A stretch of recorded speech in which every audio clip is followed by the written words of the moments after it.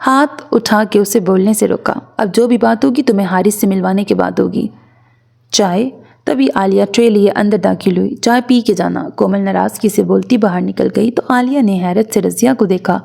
آپی کو کیا ہوا؟ کچھ نہیں، تم بتاؤ کالج کیسا جا رہا ہے؟ وہ اب مسکراتے ہوئے عالیہ سے باتیں کر رہی تھی۔ پھپھو، آپ کو مس کیا ہم نے۔ حماد کے کہنے پر شاہانہ کھل کے مسکرائی۔ میں بھی سب کو مس کر رہی تھی، لیکن تمہارے انکل سیدھا بچوں کے ساتھ وہیں پہنچ گئے۔ اب یہ تو کہہ نہیں سکتی تھی کہ بہن بھائیوں سے نہ ملو، لیکن جب محترم کا قیام لمبا ہونے لگا تو میں نے کہا بھئی تم جی بھر کے گلے لگا لگا کے ملو، میں تو اپنے میکے جا رہی ہوں۔ محترم کی طرح میں بھی سالوں بعد اپنوں سے مل رہی ہوں، اور میرے بچوں نے تو اپنے ماموں ممانی اور کزنز کے منہ تک نہیں دیکھے۔ پھر کیا تھا؟ جنید کے بھتیجے کو لیا اور پہنچ گئی یہاں۔ انوری بوا نے ابرو اچکائے۔ وہ کچن میں رات کا کھانا بنا رہی تھی، جہاں شاہانہ کی آواز صاف آ رہی تھی۔ ریل سے زیادہ تیز رفتار میں چلتی ہے اس شاہانہ کی زبان، سر میں درد ہونے لگتا ہے، اور بچے بھی پورے اپنی طرح کے افلاطون پیدا کیے ہیں۔ مجالے 2 منٹ ٹک کے کہیں بیٹھے ہوں، کبھی طوطوں کے پنجرے میں گھستے ہیں تو کبھی خرگوشوں کے پنجرے میں۔ وہ بیچارے معصوم بھی سہم کے سائڈ پہ ہو کے بیٹھ گئے ہیں۔ سلاد بناتی زمل ان کی باتوں سے لطف اندوز ہوتی مسکرا رہی تھی۔ باقیوں کا تو پتہ نہیں تھا، لیکن شاہانہ پھپھو کے آنے سے اسے سکون ملا تھا۔ بوا، میں نے برتن لگا دیے ہیں۔ خالہ نے اندر داخل ہوتے ہوئے انوری بوا سے کہا۔ ٹھیک ہے گڑیا، کھانا بھی بن گیا ہے، اب تمہارے تایا کی فیملی آ جائے تو کھانا بھی لگا دیتے ہیں۔ فی الحال ان شیطانوں کے چیلوں کو دیکھو کہاں تباہی مچا رہے ہیں۔ خالہ نے ناسمجھی سے زمل کو دیکھا۔ ابان اور رجا کی بات کر رہی ہیں۔ اس نے شاہانہ کے بچوں کا نام لیا۔ کیا ہو گیا بوا، اتنے پیارے بچے ہیں۔ توبہ توبہ، اگر انہیں پیارا کہتے ہیں تو شیطان کسے کہتے ہیں؟ انہوں نے باقاعدہ کانوں کو ہاتھ لگائے تو خالہ نے ہنستے ہوئے زمل کو دیکھا۔ جاؤ زمل، باہر والے لان میں کھیل رہے تھے۔ جی میں دیکھتی ہوں۔ وہ سر ہلاتی باہر نکلی۔ لاؤنج سے نکل کر وہ لکڑی کا بڑا منکش دروازہ کھول کے باہر آ گئی۔ ٹھنڈی ہوا نے اس کا استقبال کیا تو اس نے کپ کپاتے ہوئے اپنی شال کو ٹھیک طرح سے خود پہ لپیٹا۔ اس نے لان پر نظر دوڑائی جہاں مکمل خاموشی تھی۔ یہ کہاں گئے؟ وہ بڑبڑاتی ہوئی آگے بڑھی، تبھی وہ دونوں دوڑتے ہوئے دائیں طرف سے آئے اور اسی رفتار سے بھاگتے ہوئے اس سے آ کے چمٹ گئے۔ وہ دونوں ماشاءاللہ کافی صحت مند تھے۔ ان کے ٹکرانے سے زمل کو لگا اس کی ہڈیاں ٹوٹ گئی ہیں۔ آپی، یہ میری چاکلیٹ نہیں دے رہا، رجا نے ایان کا سویٹر کھینچتے ہوئے کہا۔ نہیں آپی، وہ میرا ہے۔ ایان اس کے پیچھے چھپ رہا تھا۔ اچھا پلیز لڑنا بند کرو، وہ گھبرا کے بولی، کیونکہ اگر وہ یوں ہی اس کے ارد گرد گھومتے رہے تو ضرور اس کا کوئی بڑا فریکچر ہو سکتا تھا۔ میرے پاس چاکلیٹ ہے، میں تب دوں گی جب تم لوگ آرام سے اندر جا کے بیٹھو گے۔ اس کی طرف سے دی جانے والی لالچ پر دونوں نے ایک دوسرے کو دیکھا اور اسبات میں سر ہلاتے ایک نے اس کا دایاں اور دوسرے نے بایاں بازو تھام لیا۔ اب وہ دونوں اسے کھینچتے ہوئے اندر لے جا رہے تھے۔ فضیلت نے ایک طائرانہ نظر خوبصورت اور عالی شان ڈرائنگ روم پہ ڈال کر سامنے بیٹھی نفیسہ کو دیکھا، جو آج بھی پہلے کی طرح خوبصورت تھیں۔ تبھی سلام کرتی ہوئی خالہ اندر داخل ہوئی۔ اسے دیکھ کے انہوں نے بے ساختہ گہرا سانس لیا۔ وہ تو خوبصورتی میں ماں سے بھی 10 ہاتھ آگے تھی۔ انہیں شروع سے کئی وجوہات کی بنا پر اپنی جٹھانی سے حسد تھا، لیکن ان میں سر فہرست ان کی خوبصورتی اور اس خوبصورتی کو 4 چاند ان کی خوش اخلاقی لگاتی تھی۔ وہ غلام عباس کی بیوی تھیں، گھر کی سب سے بڑی بہو، امی ابا جی کی لاڈلی، شاہانہ کی سہیلی، ایاز کی ہمدرد۔ ہر کوئی ان کے گن گاتا تھا اور یہی بات انہیں بری لگتی تھی۔ یہ شکر تھا اولاد کی دوڑ میں وہ ان کے برابر ہی رہیں۔ اگر نفیسہ کے 2 بیٹے تھے تو ان کے بھی 2 بیٹے تھے، لیکن ایک بار پھر وہ بازی لے گئیں۔ خالہ کے پیدا ہونے پر جتنی خوشیاں منائی گئیں اتنی تو بیٹوں کے پیدا ہونے پر بھی نہیں منائی گئی تھیں، اور وقت گزرنے کے ساتھ ساتھ نفیسہ کے ساتھ ساتھ وہ خالہ سے بھی خار کھانے لگی۔ وہ بالکل ماں جیسی تھی، بلکہ ماں سے بھی زیادہ خوبصورت اور ذہین بھی۔ یونیورسٹی میں داخلہ لے کر تو وہ اور بھی خاص ہو گئی تھی۔ خاندان میں غلام عباس اور نفیسہ کے بچے اپنی خوبصورتی اور تعلیم کی وجہ سے پسند کیے جاتے تھے۔ فضیلت کو یہ بات برداشت نہ تھی اور اسی وجہ سے جہاں بھی جب بھی انہیں موقع ملتا وہ تعریف کی آڑ میں خالہ کی کردار کشی کرنا شروع کر دیتی، جیسے خالہ یونیورسٹی میں لڑکوں کے ساتھ پڑھ کر پتہ نہیں کیا گناہ کر رہی ہے۔ وہ ہمیشہ نفیسہ کو مات دینا چاہتی تھیں، لیکن اب تک ناکام تھیں۔ وہ اپنے خیالوں میں گم تھیں جب نفیسہ کی آواز پر چونک کے انہیں دیکھا۔ بھابھی، آپ تو آتی نہیں، میں ہمیشہ غیور بھائی سے کہتی ہوں آپ کو ضرور ساتھ لے کے آئیں۔ ایسا ہی میں عباس سے کہتی ہوں، لیکن ان کے پاس کوئی نہ کوئی وجہ ہوتی ہے۔ فارغ تو خیر میں بھی نہیں ہوتی، لیکن دیکھ لو میں پھر بھی آ جاتی ہوں۔ وہ اپنے مخصوص کڑوے انداز میں بولی۔ میں آؤں گی بھابھی، تو آپ کی شکایت بھی دور ہو جائے گی۔ وہ مسکرا کے بولیں۔ آئیں کھانا لگ گیا ہے۔ وہ سب ڈائننگ روم کی طرف جا رہے تھے جب زیمل بھاگتی ہوئی اندر آئی، لیکن ان سب کو دیکھ کر وہ رک گئی۔ خود پہ گڑی نظریں محسوس کر کے وہ کنفیوز ہو کے رہ گئی۔ یہ کون ہے؟ غیور صاحب کی حیران آواز پہ شاہانہ نے مسکرا کے زیمل کو دیکھا۔ یہ زیمل ہے، ایاز کی بیٹی۔ غیور صاحب کے ساتھ فضیلت اور غیاث بھی بہت غور سے اسے دیکھ رہے تھے۔ ماشاءاللہ۔ سب سے پہلے غیور صاحب نے آگے بڑھ کے اس کے سر پہ ہاتھ رکھا۔ بیٹا میں تمہارا تایا ہوں۔ جی تایا ابو، پھپھو نے بتایا تھا۔ یہ تمہاری تائی ہیں۔ السلام علیکم۔ اس نے فضیلت کو سلام کیا جس کا جواب انہوں نے سر ہلا کے دیا۔ اور یہ غیاث ہے میرا بیٹا۔ السلام علیکم بھائی۔ وعلیکم السلام۔ وہ اسے گہری نظروں سے دیکھ رہا تھا جس سے زیمل کو الجھن ہو رہی تھی۔ زیمل آپ بھی ڈھونڈے ہمیں؟ ایان کی آواز پر جیسے اسے وہاں سے ہٹنے کا موقع مل گیا۔ رکو زیمل، چلو تم کھانا کھاؤ، ان کو تو کھیل سے فرصت نہیں ملتی، تمہیں بھی اپنے ساتھ گھماتے رہیں گے، چلو تم آؤ ہمارے ساتھ۔ ان کے کہنے پر وہ سر ہلا کے کچن کی طرف بڑھ گئی۔ بوا کچھ کام ہے؟ نہیں بیٹا، سب کھانے والی میز پہ لگا دیا ہے، تم جاؤ جا کے کھانا کھاؤ۔ جی۔ جب وہ ڈائننگ روم میں آئی تو سب موجود تھے۔ حارث اور غلام عباس بھی آ چکے تھے۔ وہ کرسی گھسیٹ کر شاہانہ کے ساتھ والی کرسی پہ بیٹھ گئی۔ کھانے کے درمیان وہ عجیب بے چینی کا شکار تھی۔ اسے خود پہ کسی کی نظروں کا احساس ہو رہا تھا، لیکن وہ ہمت نہیں کر پا رہی تھی۔ پانی پیتے اس کی غیر ارادی نظر سامنے اٹھی۔ غیور تایا کا بیٹا غیاث اس پر نظریں ٹکائے ہوئے تھا۔ اس کے دیکھنے پر اس نے نظروں کا زاویہ بدل لیا تھا، جبکہ اس نے بھی گھبرا کر نظروں کو پلیٹ پہ ٹکا دیا۔ بمشکل چند لقمے لے کر وہ بہانہ بنا کر وہاں سے اٹھ آئی، اور پھر جتنی دیر تایا کی فیملی بیٹھی رہی وہ کچن میں کام کرنے کا بہانہ بنا کے وہیں موجود رہی۔ ان کے جاتے ہی اس نے اپنی پلیٹ میں چاول، رائتا اور سلاد نکالی اور کچن میں کرسی گھسیٹ کے بیٹھ گئی۔ وہ مزے سے کھانا کھا رہی تھی جب حالہ اندر آئی۔ اسے یوں کھاتا دیکھ کر وہ حیران ہوئی۔ اتنی بھوک لگی تھی تو وہاں سے اٹھ کیوں گئی تھی؟ وہاں میں ایسے آرام سے کھا نہیں سکتی تھی۔ ایان اور ریچا نے مجھے آج اتنا بگایا ہے کہ میرا پیٹ دہائیاں دے رہا تھا۔ وہ بات کرنے کے ساتھ تیزی سے کھا بھی رہی تھی۔ تمہیں بھوک لگی ہے؟ نہیں، میں تو چائے بنانے آئی تھی، حالہ نے کہہ کر چائے کا پانی ساس پین میں ڈال کر اسے چولہے پہ رکھا۔ زیمل نے یہاں نا تھوڑے سے ورڈز مٹے ہوئے ہیں۔ زیمل نے کھاتے ہوئے صدا لگائی، مووی دیکھ رہے ہیں، تم بھی آ جاؤ۔ ٹھیک ہے تم چلو، میں اپنی پلیٹ دھو کے آتی ہوں۔ حالہ نے ٹرے میں چائے کے ساتھ بسکٹ بھی رکھ لیے تھے۔ اس کے باہر نکلتے زیمل بھی پلیٹ ریک میں رکھ کر اس کے پیچھے لاؤنج میں آئی جہاں حماد مووی لگائے ان کا انتظار کر رہا تھا۔ دروازے پر ہونے والی دستک بہت زوردار تھی۔ وحید نے ناگواری سے سنا، لیکن جب دروازے کو زوردار آواز میں پیٹا جانے لگا تو وہ اونچی آواز میں گالی دیتے دروازے کی طرف بڑھا، اور دروازہ کھولتے ہی اسے جیسے سکتہ ہوا۔ اس کی بیوی بھی پیچھے آئی اور دروازے میں کھڑے شخص کو دیکھ کر اس کی حالت بھی اپنے شوہر جیسی ہو گئی۔ اس آدمی کے گارڈز اس سے پہلے اندر داخل ہوئے اور وحید کو دروازے سے ہٹا کر اپنے باس کو اندر آنے کے لیے جگہ دی۔ وہ آدمی کروفر سے چلتا اندر آیا اور ارد گرد نظر ڈالی۔ تلاشی لو، اس نے اپنے گارڈ سے کہا، جو اس کے اشارے پر تیزی سے کمروں میں گھس گئے، جبکہ وحید اور اس کی بیوی دم سادے کھڑے تھے۔ سردار صاحب کیا چاہیے آپ کو؟ کوثر نے ایک نظر اپنے شوہر کو زرد رنگ کو دیکھ کر سامنے کھڑے آدمی سے سوال کیا تو اس نے ابرو چکا کے جیسے اس کی جرأت کی داد دی۔ تبھی اس کے 5 گارڈز باہر آئے۔ سر اندر کوئی نہیں۔ اب اس آدمی نے انہیں دیکھا۔ میری منگیتر کہاں ہے وحید اصغر؟ سر، اس کے گارڈز نے اس کے پیچھے کرسی لا کر رکھی۔ وہ اپنے مغرورانہ انداز میں بیٹھا اور ٹانگ پہ ٹانگ رکھ کر وحید کو دیکھا۔ وہ کالج گئی ہے۔ کوثر کے کہنے پر اس نے ٹیڑھی نظر سے اسے دیکھا۔ میں آخری بار پوچھ رہا ہوں وحید اصغر، میری منگیتر کہاں ہے؟ اس کی کرخت اور سخت سرد آواز پر وحید نے تھوک نکل کر اپنا گلا تر کیا۔ وہ اپنی ماں کے گھر ہے۔ کب سے؟ اس نے دھواں ہوا میں چھوڑتے ہوئے سوال کیا۔ 3 یا 4 مہینے ہوئے ہیں۔ 3 یا 4؟ اس کی سرد آواز پر وحید نے اپنی بیوی کو دیکھا۔ 4؟ تم تو کہہ رہے تھے اس کی ماں نے اس کی ذمہ داری تمہیں دی ہے اور اب تم اس کے سرپرست ہو، تو پھر وہ اپنی ماں کے پاس واپس کیوں گئی؟ اس کی ماں بیمار تھی، وہ اسے یاد کر رہی تھی، اس لیے اسے بھیجنا پڑا۔ وحید اب کچھ سنبھل گیا تھا تو تسلی سے جواب دے رہا تھا۔ واپس کب آ رہی ہے؟ یہ تو پتہ نہیں۔ وحید کے جواب پر سردار کے ماتھے پہ بل پڑے تھے۔ تمہیں پتہ نہیں تو پھر کس کو پتہ ہوگا؟ اس کی ماں ہمارا فون نہیں اٹھاتی۔ اب کہ کوثر بولی، اس کا ایڈریس دو مجھے۔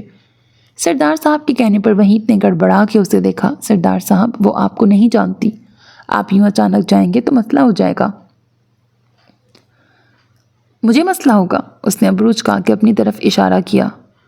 میں آپ کی نہیں اپنی بات کر رہا ہوں۔ اس کی ماں کو پتہ چلا تو دوسرے لوگوں کو بھی پتہ چلے گا، تو میرے ساتھ آپ کو بھی مسئلہ ہو سکتا ہے، کیونکہ کوئی نہیں جانتا کہ میں نے اس کا رشتہ آپ سے طے کیا ہے۔ حالانکہ تمہیں یہ بات پہلے بتانی چاہیے تھی۔ 6 ماہ پہلے میں نے اپنا رشتہ بھیجا تھا اور تم نے مان بھی لیا تھا۔ میں نے لاکھوں دیے تھے تمہیں اس رشتے کے بدلے۔ میں 4 ماہ کے لیے ملک سے باہر کیا گیا، تم نے لڑکی ہی غائب کروا دی۔ کہیں کسی اور سے تو اس کا سودا نہیں کر دیا؟ کیسی باتیں کر رہے ہیں سردار صاحب؟ میں سچ کہہ رہا ہوں، وہ اپنی ماں کے پاس ہے۔ ہاں، اس نے ہنکارا بھرا۔ کب تک اسے بلواؤ گے؟ مجھے تھوڑا وقت دے دیں۔ کتنا وقت؟ سردار صاحب، بچی ابھی پڑھنا چاہتی ہے تو اس کی ماں چاہتی ہے وہ پڑھے، تو اگر آپ 2 سال رک جاتے۔ وحید کی بات پر سامنے بیٹھے آدمی کا چہرہ سرخ ہوا تھا۔ میں 1 دن ضائع کرنے کے حق میں نہیں، تم 2 سال کی بات کرتے ہو؟ شادی کے بعد میں خود اسے کالج میں ایڈمیشن دلواؤں گا۔ تو میں 2 ہفتوں کا وقت دے رہا ہوں، اس کے بعد مجھے میری منگیتر چاہیے، اور اگر ایسا نہ ہوا تو پھر تم جانتے ہو میں لڑکی بھی لے کے جاؤں گا اور اپنی رقم بھی تمہارے حلق میں ہاتھ ڈال کے نکال لوں گا۔ اس کے اٹھتے اس کے گارڈز بھی اس کے پیچھے نکل گئے، جبکہ وہ دونوں میاں بیوی اڑے رنگوں کے ساتھ اپنی جگہ پہ ساکت بیٹھے تھے۔ ضامن نے ریک میں لگے جیکٹ کو آگے پیچھے کرتے تنقیدی نظروں سے اسے دیکھا، پھر کچھ سمجھ نہ آنے پر ہونٹ بھینچ کر گہرا سانس لیا، مڑ کر متلاشی نظروں سے پیچھے دیکھا۔ خود سے کچھ فاصلے پر اسے اسد بھی شرٹس کے ریک کے قریب نظر آیا۔ وہ دونوں پسند کی ہوئی جیکٹس کو پکڑے اس کی طرف بڑھا۔ اسد، تمہارا سائز کیا ہے؟ میڈیم یا لارج؟ اسد نے کچھ حیران ہو کے اسے اور پھر اس کے ہاتھوں میں پکڑی جیکٹ کو دیکھا، لیکن بھائی، اس کی ہچکچاہٹ دیکھ کر وہ زور سے بولا، میڈیم یا لارج؟ اس نے پہلے دایاں اور پھر بایاں ہاتھ اٹھایا۔ میں میڈیم سائز لیتا ہوں۔ گڈ، اور کلر کون سا پسند ہے تمہیں؟ کوئی خاص نہیں، جو بھی اچھا لگ جائے۔ اچھا، چلو دیکھتے ہیں، میرے خیال میں یہ گرے کلر تم پہ سوٹ کرے گا۔ اس نے مسکرا کر گرے جیکٹ کو بازو پہ ڈالا اور براؤن کو واپس ریک میں لگا دیا۔ کالر سائز کیا ہے تمہارا؟ وہ اب شرٹ سیکشن میں آئے تھے۔ یہ سب آپ میرے لیے لے رہے ہیں؟ اسد نے کچھ پریشانی سے پوچھا۔ یار، تم سوال بہت کرتے ہو، تم رہنے دو، میں خود ہی ڈیسائیڈ کر لیتا ہوں۔ اس نے میڈیم سائز میں چیک اور لائنز والی 3 شرٹس پسند کیں اور 2 لیڈیز سویٹر لے کر وہ کاؤنٹر پہ آ گیا۔ پے کرنے کے بعد وہ شاپ سے باہر آ گئے۔ اب وہ فٹ پاتھ پہ چل رہے تھے۔ ضامن نے سر گھما کے اسد کو دیکھا جو خاموشی سے سامنے دیکھتے چلتا جا رہا تھا۔ چلو کچھ کھا لیتے ہیں۔ ضامن کے کہنے پر اس نے چونک کر اسے دیکھا اور سر ہلا کے اس کے پیچھے ریسٹورنٹ میں داخل ہو گیا۔ مجھے یہاں کا کھانا کافی پسند ہے، ضامن نے مینیو کارڈ رکھتے ہوئے کہا۔ آرڈر کرو؟ اسے یوں ہی بیٹھا دیکھ کر ضامن نے کہا تو وہ مسکرا کر مینیو دیکھنے لگا۔ ضامن نے سیخ کباب کا ٹکڑا منہ میں ڈالتے ہوئے اس کو دیکھا۔ تم واقعی اتنے خاموش رہتے ہو یا اس وقت تمہارا موڈ خراب ہے؟ اسد نے چونک کے اسے دیکھا۔ نہیں بھائی، ایسی کوئی بات نہیں، بس آپ نے میرے لیے اتنی شاپنگ کر لی، مجھے اچھا نہیں لگ رہا، امی کو بھی پسند نہیں آئے گا۔ میں نے پہلی بار دیکھا ہے کوئی تحفہ لینے پر اتنا منہ بناتا ہے۔ ضامن کے کہنے پہ وہ ہنس پڑا تھا۔ کینیڈا کیسا لگا تمہیں؟ ضامن کے سوال پر اس نے شیشے سے باہر ابر آلود موسم میں خوش پاش پھرتے لوگوں کو دیکھا۔ ابھی تک جو بھی دیکھا ہے سب اچھا ہے، لیکن یہاں ٹھنڈ بہت ہے۔ ابھی تو برف باری شروع نہیں ہوئی، ورنہ تو تمہاری حالت خراب ہو جاتی۔ ضامن نے مسکراتے ہوئے اس کے سرخ کان اور ناک کو دیکھا۔ حالانکہ اندر کا موسم ہیٹر کی وجہ سے گرم تھا۔ تم اور پھپھو یہاں گھومنے آئے ہو؟ ضامن نے کوک کا سپ لیتے ہوئے پوچھا۔ اس کی بات سن کے اسد استہزائیہ انداز میں مسکرایا۔ گھومنا پھرنا، وہ بھی باہر کے ملک میں، اتنی عیاشی ہم جیسے غریب لوگ نہیں کر سکتے۔ یہ امیروں کے چونچلے ہیں، ایسے گھومنے پھرنے کا تصور بس ایک خواب ہی ہے۔ ہم تو بس یہی سوچتے رہ جاتے ہیں بل کیسے دیں، گروسری میں سے کیسے پیسے بچائے جا سکتے ہیں۔ ضامن نے حیران ہو کر اس 17 سال کے لڑکے کو دیکھا۔ اس کو یوں حیرت سے دیکھتا پا کر اس نے بے ساختہ اپنا نچلا ہونٹ دانتوں تلے دبایا۔ سوری، مجھے لگتا ہے میں کچھ زیادہ ہی بول گیا۔ اٹس اوکے، ضامن نے مسکرا کے اس کی شرمندگی کو کم کرنے کی کوشش کی۔ اسٹڈی کے لیے اپلائی کیا ہے یہاں؟ ضامن کے سوال پر اس نے نفی میں سر ہلایا۔